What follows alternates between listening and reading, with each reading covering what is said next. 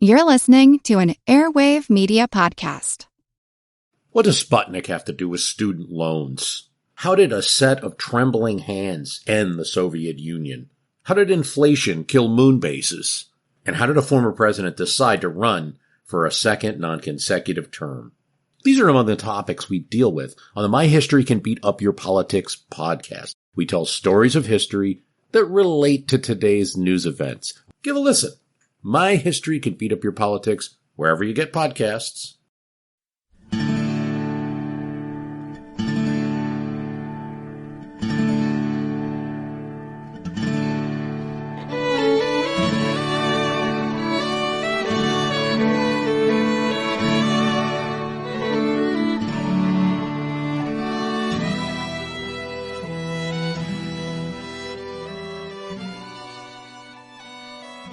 Hey everyone, thanks for tuning in to episode number 209 of our Civil War podcast. My name is Rich. And I'm Tracy. Hello y'all.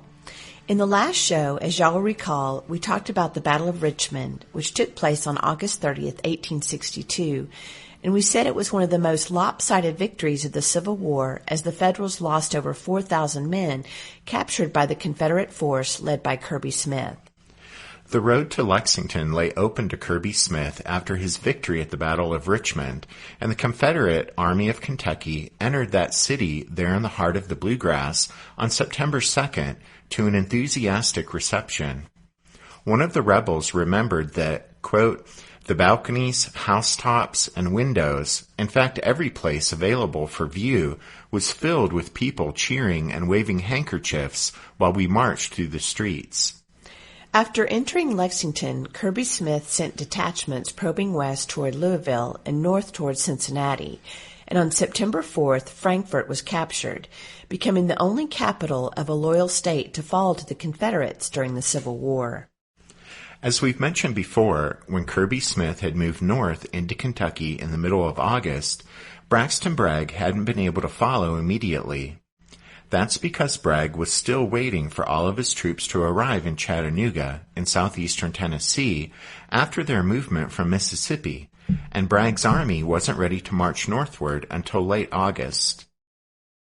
As you guys will recall, in mid-June, Bragg had taken over command from P.G.T. Beauregard when Beauregard, after the Confederate retreat from Corinth, had taken an unauthorized leave of absence and was relieved by Jefferson Davis.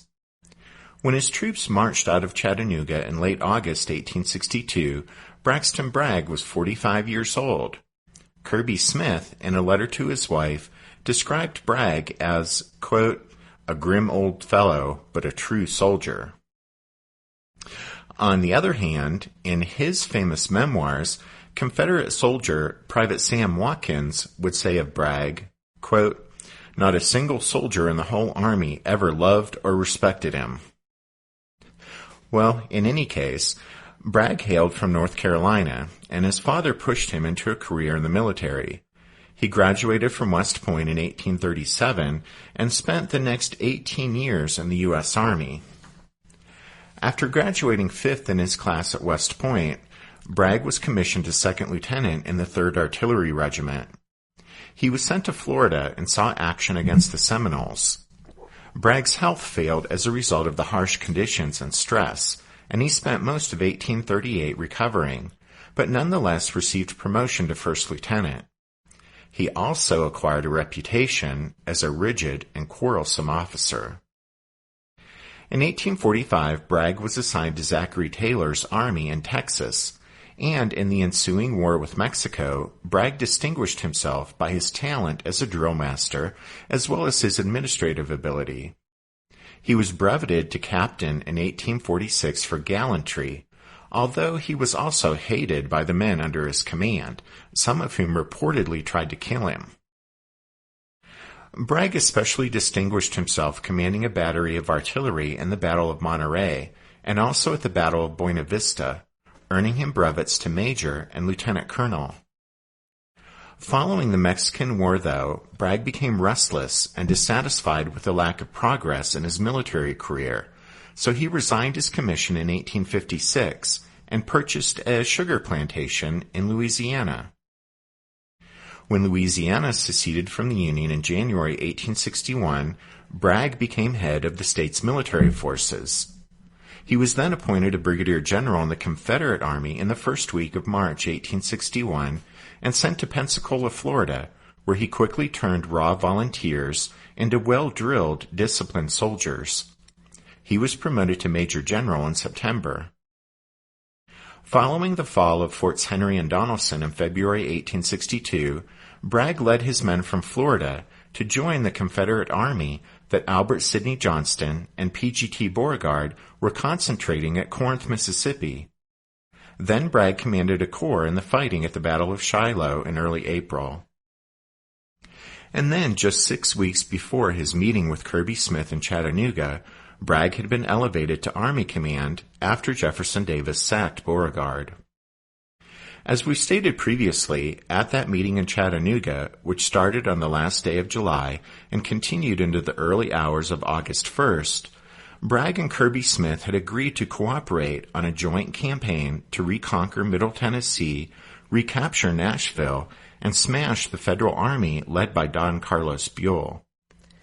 But after Kirby Smith left to begin his part of the campaign, he succumbed to the siren song of Kentucky, and he decided that liberating the Bluegrass State, rather than reconquering Middle Tennessee, would now be the immediate Confederate goal. And so he marched his small army north in the middle of August. When Kirby Smith sent him a message saying that, "Oh, by the way, I'm changing the plan and invading Kentucky," Braxton Bragg, as the senior officer, could have raised a fuss and attempted to hold Smith to the original strategy, but for whatever reason, Bragg declined to do so. Instead, Bragg replied to Kirby Smith by basically saying, "Okay, sounds good to me." And so once his army was finally ready to move out and march from Chattanooga, Bragg now had no choice but to follow Kirby Smith's lead. While he had waited in Chattanooga, Bragg took the opportunity to reorganize his 30,000-man army for the upcoming campaign. He created 2 wings, each composed of 2 divisions. The right wing would be commanded by Major General Leonidas Polk. As y'all might recall, Polk had commanded a corps at Shiloh. Polk was a West Point graduate, but he'd immediately resigned from the Army and had spent the last 35 years in the Episcopal ministry, rising to bishop in Louisiana. A military novice, therefore, he owed his high rank to his friendship with Jefferson Davis. Polk's wing was comprised of 2 divisions, led by Major General Jones Withers of Alabama and Major General Benjamin Cheatham from Tennessee. Bragg's left wing was commanded by the highly capable Major General William Hardee, who had commanded a corps at Shiloh. Hardee, a Georgian, was one of the best-known generals on either side because he had authored a pre-war tactics manual that was used extensively by both the Union and Confederate armies. He was also a former commandant of cadets at West Point. The left wing contained 2 veteran divisions, led by Major Generals Samuel Jones of Virginia and Kentucky-born Simon Bolivar Buckner. Buckner had just been exchanged after surrendering Fort Donelson to Ulysses S. Grant back in February. Jones fell ill shortly before the campaign opened, and so he was left behind in Chattanooga. His division would be led by Brigadier General J. Patton Anderson, who was from Florida. Bragg made 2 other changes to the Army that would prove to be significant later on. First, he divided his 6,000 cavalrymen into 2 equal-sized brigades under Colonels John C. Wharton and Joseph Wheeler. The 2 colonels were to report to the wing commanders, with the result that Bragg had no mounted detachment to use at his discretion for scouting or for shielding the Army's movement. Second, in Chattanooga, the Army's chief of staff left his post due to sickness, and Bragg decided to wear both hats, Army Commander and Chief of Staff, during the upcoming campaign. This was a heavy load for any general to bear, and the strain would tell on Bragg.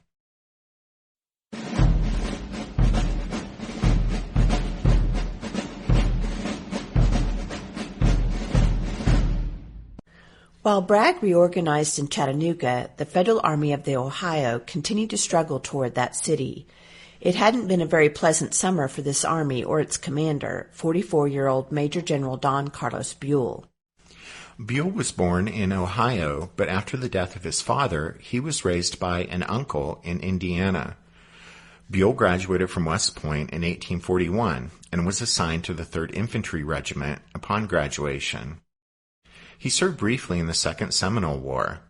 In 1843, he was court-martialed for striking an enlisted man with the flat of his sword, and although he was acquitted, he had acquired a reputation as being a harsh disciplinarian. He served with distinction in Mexico and won brevets to captain and major. Severely wounded at the Battle of Churubusco, he was soon transferred to staff duties and served in the Adjutant General's office for the next 13 years. At the start of the Civil War, Buell was stationed in California.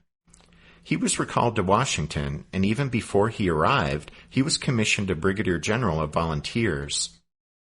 In September 1861, at the urging of George McClellan, Buell was assigned to division command in the Army of the Potomac, but that was a position he held only briefly because in November, again at the urging of Little Mac, Buell was appointed to replace William Tecumseh Sherman as commander of the Department of the Ohio with headquarters in Louisville. Grant's victories at Forts Henry and Donelson in February 1862 allowed Buell to enter Nashville unopposed. He was elevated to Major General in March 1862, and then, marching to join Grant at Pittsburgh Landing, Buell arrived there in time for his troops to take a major role in the Union counterattack on the second day of the Battle of Shiloh. After the Federals captured Corinth at the end of May, Halleck ordered Buell east toward Chattanooga with instructions to repair the Memphis and Charleston Railroad as he advanced. But after leaving Corinth in June, as the Army of the Ohio moved eastward across northern Mississippi and Alabama toward Chattanooga, Confederate cavalry raids by Nathan Bedford Forrest and John Hunt Morgan harassed its advance and threatened the Yankees' supply line. Always a cautious commander anyhow, Buell's advance slowed to a crawl in July and August. With the rebel cavalry wreaking havoc on its supply line, the Army of the Ohio spent much of the summer on half rations. Despite the hunger and hardship his troops faced, Buell forbade foraging. Like his mentor, George McClellan, Buell thought that war should be a contest between the two armies with as little disruption to the lives of Southern civilians as possible. But Buell's orders regarding foraging provoked a lot of resentment in the ranks, and the hungry and frustrated men resorted to plundering the countryside anyway, which was sharply rebuked from headquarters, which just deepened Buell's unpopularity with the men. As August was drawing to a close, Buell's army was still inching its way toward Chattanooga. 2 divisions under Major Generals Alexander McCook and Thomas L. Crittenden stood 12 miles southwest of Chattanooga at Stevenson, Alabama. Several other components of the army stretched westward along the railroad toward Athens, Alabama. Still another part of the army ranged between Murfreesboro and the Cumberland Plateau in a vain attempt to halt the troublesome Confederate cavalry raids. This region was a running sore for Buell as the rebel horsemen snapped up numerous detachments of Yankee soldiers, including capturing a major portion of the Army of the Ohio's cavalry. By August 19th, word of Kirby Smith's movement and Bragg's aggressive intentions caused Buell to begin concentrating his army near Deckard, Tennessee, to await developments.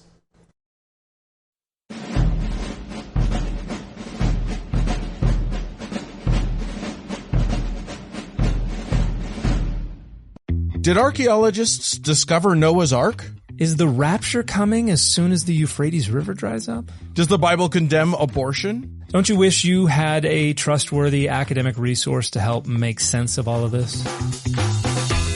Well, I'm Dan Beecher, and he's award-winning Bible scholar and TikTok sensation Dr. Dan McClellan, and we want to invite you to the Data Over Dogma podcast, where our mission is to increase public access to the academic study of the Bible and religion, and also to combat the spread of misinformation about the same. But, you know, in a fun way. Every week we tackle fascinating topics. We go back to source materials in their original languages. And we interview top scholars in the field. So whether you're a devout believer, or you're just interested in a clear-eyed, deeply informed look at one of the most influential books of all time, we think you're going to love the Data Over Dogma podcast. Wherever you subscribe to awesome shows. What's something you learned in history class that you feel wasn't the whole truth? Better yet, what's something you didn't learn at all that was omitted completely? That's what I'd like to call redacted history. I believe that all history, no matter how good or bad, needs to be told. There are wars, massacres, battles, and entire historical events that are just not in our school's history books. Have you ever heard of Mary Bowser? I didn't think so. My name is Andre White, the host of the Redacted History Podcast, the place where history's forgotten events, heroes, and villains get their story told, one episode at a time. So come huddle around the campfire with me and get ready to hear the stories that you were robbed of. And get comfortable. We're going to be here a while. The Redacted History Podcast. Real history never dies.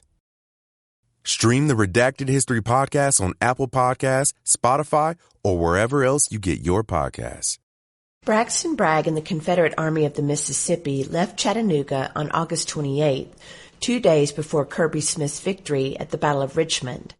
In the Eastern Theater in Northern Virginia, Robert E. Lee was just about to thrash John Pope at the Second Battle of Manassas. Bragg's columns wound northward over the Cumberland Plateau and arrived at Sparta, Tennessee, about 60 or so miles as the crow flies north of Chattanooga, on September 6th. Buell reacted slowly to the news that the rebels were on the move, initially thinking he would fight Bragg near Sparta, but instead deciding to order his army back to Nashville. By September 6th, much of the Army of the Ohio was in Nashville or nearby. Reinforcements from Grant's army brought Buell's strength to about 55,000 men. Despite Buell's fears for Nashville, Bragg actually continued on north toward Kentucky. The Army of the Mississippi entered the Bluegrass State at Tompkinsville, and by September 13th had reached the vicinity of Glasgow, about 35 miles east of Bowling Green. From that point, Bragg was directly threatening the Louisville and Nashville Railroad, which was Buell's lifeline between his main supply base at Louisville and the forward federal position at Nashville. On the evening of September 13th, Withers' division of Confederates camped at Cave City and was thus positioned to move north and cut the turnpike and railroad. Also that night, Bragg's men made contact with John Scott's horsemen from Kirby Smith's army, who reported on the Army of Kentucky's situation around Lexington. At any rate, 12 miles north of Cave City, the turnpike and railroad crossed the Green River at Munfordville. Since the previous December, a garrison of federal soldiers had protected this strategic road and rail crossing, which was one of the most important spots on Buell's supply line. Union troops had fortified the south side of the river with 2 redoubts and connecting trenches. The field fortifications were known as Fort Craig and were defended by about 2,000 infantry and some artillery under Colonel John T. Wilder of Indiana. Federal scouts had reported Bragg's approach, and the Union command in Louisville had started off troops to aid Wilder in response to his requests for help. Colonel Scott's rebel cavalry had brushed up against the federal garrison at Munfordville on their way to meet up with Bragg's army. On the evening of September 13th, Scott had even demanded the garrison's surrender, which Wilder promptly refused. Upon reaching Bragg's army and making contact with Withers' lead brigade under Brigadier General James Chalmers, Scott inaccurately reported to Chalmers, quote, that the Federals had from 1,200 to 1,800 men, that no reinforcements could possibly reach them, and their works were nothing more than rifle pits, and they perhaps unfinished, which could be easily taken by a bold dash with an infantry force." End quote. In response to Scott's incorrect assessment of the situation, Chalmers, on his own, decided to try to immediately take Munfordville.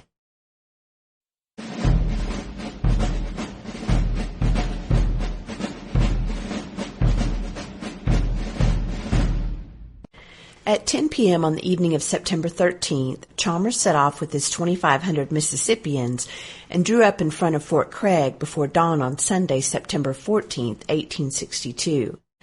Placing his 4 cannon atop Lewis's Hill, a piece of high ground overlooking the Union position, Chalmers sent a battalion-sized unit, Richard's sharpshooters, forward to engage the Federal pickets. Chalmers then deployed the 10th Mississippi to the west toward the Federal right flank, while 3 other regiments, the 7th, 9th, and 29th Mississippi, would attack from the east in what was to be a coordinated pincer assault. Chalmers' last regiment, the 44th Mississippi, remained in reserve. The first shots of the struggle for Munfordville were fired about 5 a.m., as Richard's sharpshooters made contact with Wilder's pickets. Right from the get-go, Chalmers' plan started to break down. On Wilder's orders, the Federal pickets quickly withdrew back to Fort Craig before the 7th, 9th, and 29th Mississippi could get into position. The Confederate artillery on Lewis's Hill didn't have the range to hit the Yankees, and the guns were forced to move forward, where they were pounded by the Federal cannon. As the Federal pickets retreated, they set fire to some buildings to prevent their use by the advancing rebels, and seeing this, Colonel R.A. Smith of the 10th Mississippi thought it signaled the start of the Confederate attack, and he sent his men forward from the west. The defenders concentrated their fire on the 10th, killing Colonel Scott and pinning down the hapless regiment for 3 hours in front of the fort. The 44th Mississippi went to the aid of the 10th, but according to the regiment's major, it was, quote, saluted with heavy and successive volleys of musketry, end quote, that killed its colonel, and the 44th also became pinned down in front of the fort. Meanwhile, from his position over on the east side of the fort, Chalmers realized that things were going badly awry. Unexpectedly, the battle had started before all of his units got into position. Desperately, he sent the 9th and 29th Mississippi forward, but Federal artillery broke the 9th and forced the 29th to give ground. The 7th Mississippi moved forward to support the 29th, and both regiments then moved forward to attack the Federals in a headlong charge. But as they reached the Union position, artillery fire from the right broke their momentum and forced them to fall back. It was discovered that the blasts of artillery were friendly fire, originating from Colonel Scott's horse artillery in a misguided effort to assist the assault. But by the time the confusion was straightened out, the Confederate attack had stalled. By 9:30 that Sunday morning, it was all over, and the Confederates pulled back to lick their wounds. Chalmers' brigade had received a bloody nose, losing 285 men killed, wounded, and missing in a little over 4 hours of fighting. 1/3 of the 10th Mississippi lay dead or wounded in front of Fort Craig on the Federal right. Wilder's losses totaled 37 men. His pride stung, Chalmers next demanded the fort's unconditional surrender, to which Wilder responded, "I shall defend myself until overpowered." The 2 officers, though, did work out a truce, and the rest of the day was spent collecting the rebel dead and wounded. That evening, Chalmers withdrew back southward.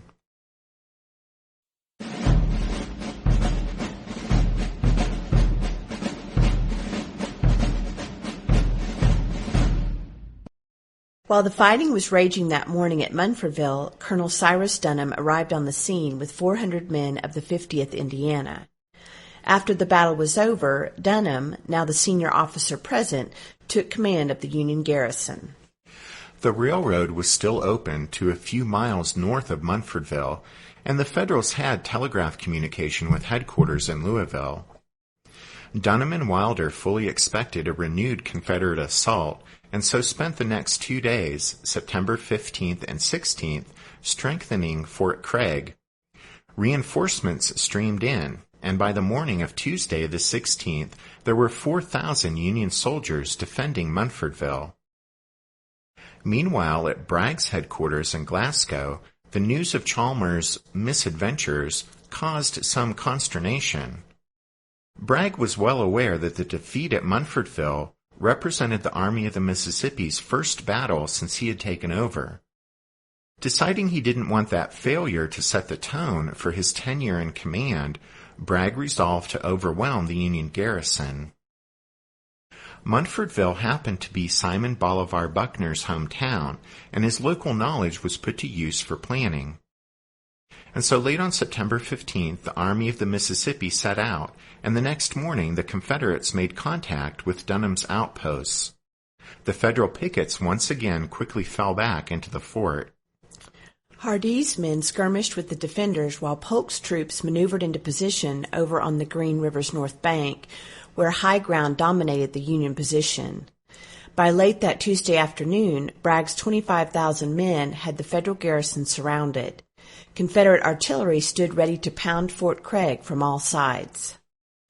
Well aware that he had an overwhelming advantage, Bragg sent a note to Dunham requesting the garrison's surrender. Dunham replied, quote, "Your note of this date received. As much as I shall regret the terrible consequences of an assault upon the works under my command, I shall defend them to the utmost, and God help the right." End quote. But Wilder, who delivered this message, prevailed upon Dunham to hold a council of war and consider Bragg's offer more fully. The Confederates agreed to a truce until 9 p.m. that evening. The telegraph line to Louisville actually remained open, and at 7 p.m. Dunham sent a message to his superior, Acting Major General Charles C. Gilbert.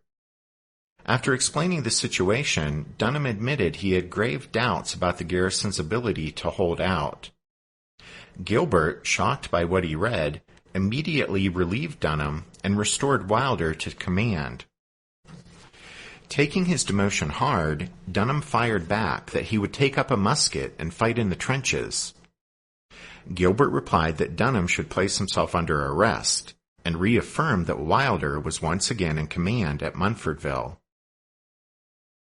While this drama played out, the other senior officers in the garrison discussed amongst themselves what should be done. These men felt they were in uncharted territory, since the last surrender of a large United States military force had occurred in the Revolutionary War. The previous day, over 12,000 men of the Federal garrison at Harper's Ferry, Virginia, had surrendered to Stonewall Jackson as part of Robert E. Lee's invasion of Maryland after Second Manassas. But the news of the Harper's Ferry surrender hadn't yet reached the Yankees at Munfordville. Right. Well, in any case, in the end, as Wilder explained later, quote, "It was the unanimous expression that unless enabled by reinforcements to hold the north side of the river, we could make no successful resistance. All, however, decided to resist, unless full evidence should be given of the overwhelming force of the enemy."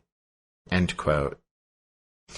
In other words, Wilder and the others would surrender if the Confederates offered convincing proof that they tremendously outnumbered the garrison. Accordingly, shortly before the expiration of the truce, a request for this evidence was sent across the lines to Bragg. The Federals' unusual request took Bragg by surprise. While the Confederate commander considered how to reply, Munfordville native Simon Bolivar Buckner took pity on Wilder. Buckner sympathized with Wilder's predicament since he'd surrendered Fort Donelson to Grant in February, and so he was the only senior officer present on either side who had experience in this kind of thing. Buckner went to Bragg and offered his services, so to speak, in arranging the garrison's capitulation. Bragg sent Wilder a message demanding unconditional surrender, but included a cover note from Buckner that read, "I am directed by General Bragg to say that no other conditions than those prescribed in his note can be given. He requires an unconditional surrender of your forces and stores, etc., and authorizes me to accept the surrender." By this point, darkness had fallen, and both Confederates and Federals settled down to get what sleep they could, fully expecting a battle in the morning. But at about 2 a.m., a blindfolded Union officer was led into Buckner's tent. It was John Wilder, who explained his presence by saying, quote, "I have come to find out what I ought to do," end quote. Buckner was touched by Wilder's trust, although others might consider it shocking innocence on the Union commander's part. But at any rate, Buckner later said, quote, "I wouldn't have deceived that man under those circumstances for anything." After giving Wilder a brief tour of the Confederate positions, Buckner shared his wisdom the best he could with the Union officer, but started off by reminding Wilder that, quote, "You are in command of your troops, and you must decide for yourself what you ought to do." Buckner pointed out, though, the ring of rebel artillery that would open fire at first light, and told Wilder he should, quote, "judge how long your command would live under that fire." After thinking it over for a moment, Wilder stated that he would surrender. Instead of immediately accepting the offer, Buckner counseled his enemy, quote, "No, Colonel, if you have information that would induce you to think that the sacrificing of every man at this place would gain your army an advantage elsewhere, it is your duty to do it." After mulling this over, Wilder said, "I believe I will surrender." And so both men went to Bragg's tent, and in the early morning hours of September 17, 1862, Colonel John Wilder surrendered the 4,000 men of the Federal garrison at Munfordville without putting up a fight.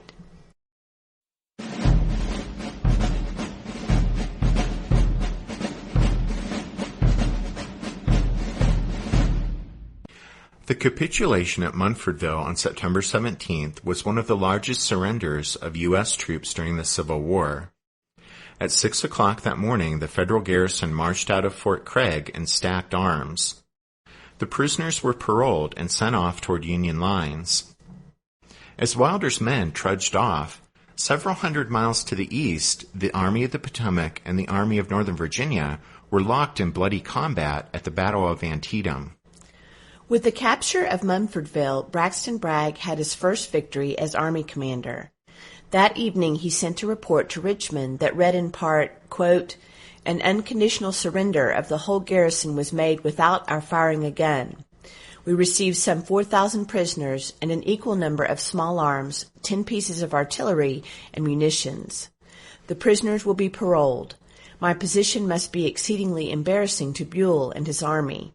They dare not attack me, and yet no other escape seems to be open to them."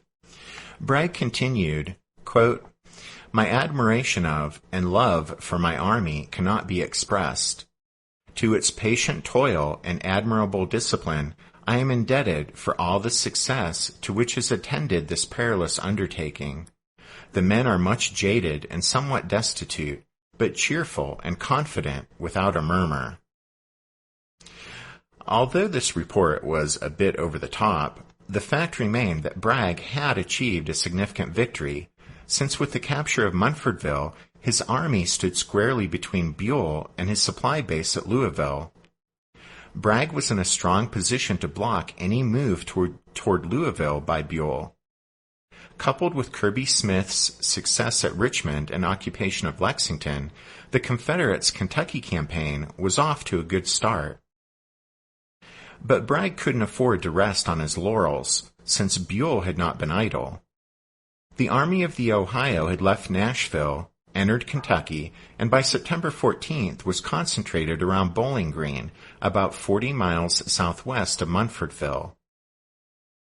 Buell made no effort to relieve the garrison at Munfordville because he would rather draw Bragg into an attack on the Army of the Ohio. But at the same time, Bragg was expecting that Buell would try to fight his way north toward Louisville, so Bragg prepared to receive an attack by the Federals.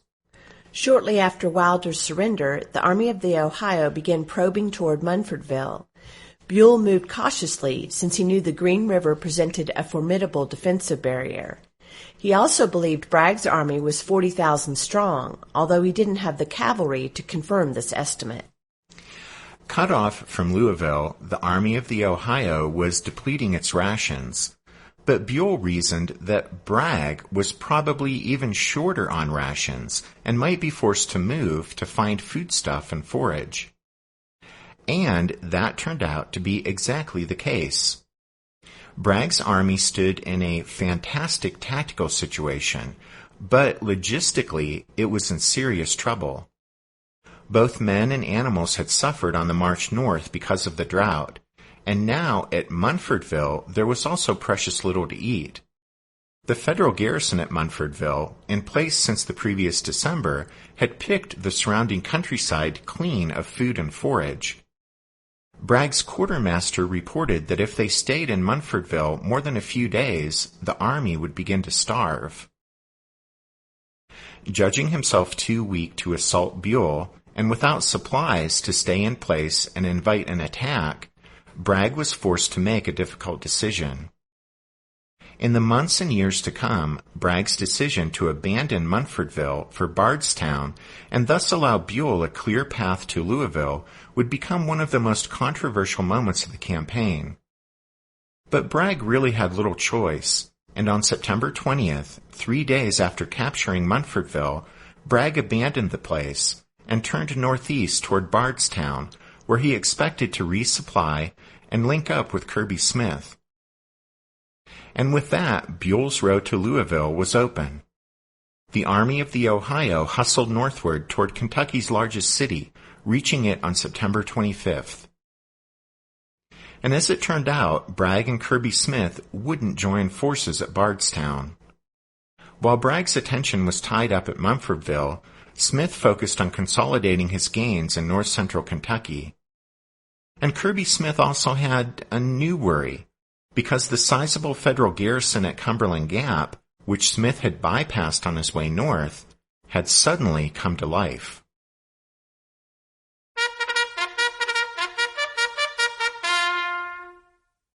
That means it's time for this episode's book recommendation. And our recommendation this time is All for the Regiment, The Army of the Ohio, 1861 to 1862, by Gerald J. Prokopovich.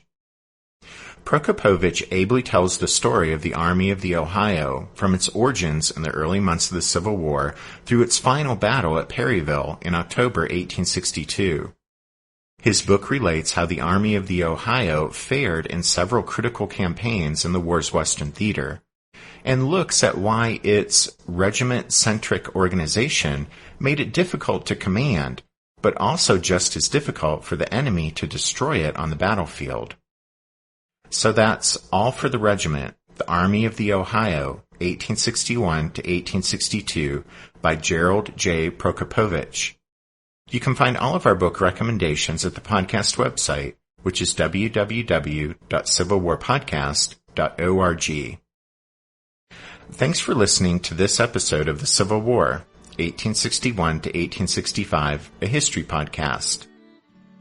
As you can tell, Tracy hasn't been feeling that well lately and still isn't at 100%. But she and I both do hope you'll join us again next time, when hopefully she'll be completely back up to snuff. But until then, take care. Thanks, everyone. Bye.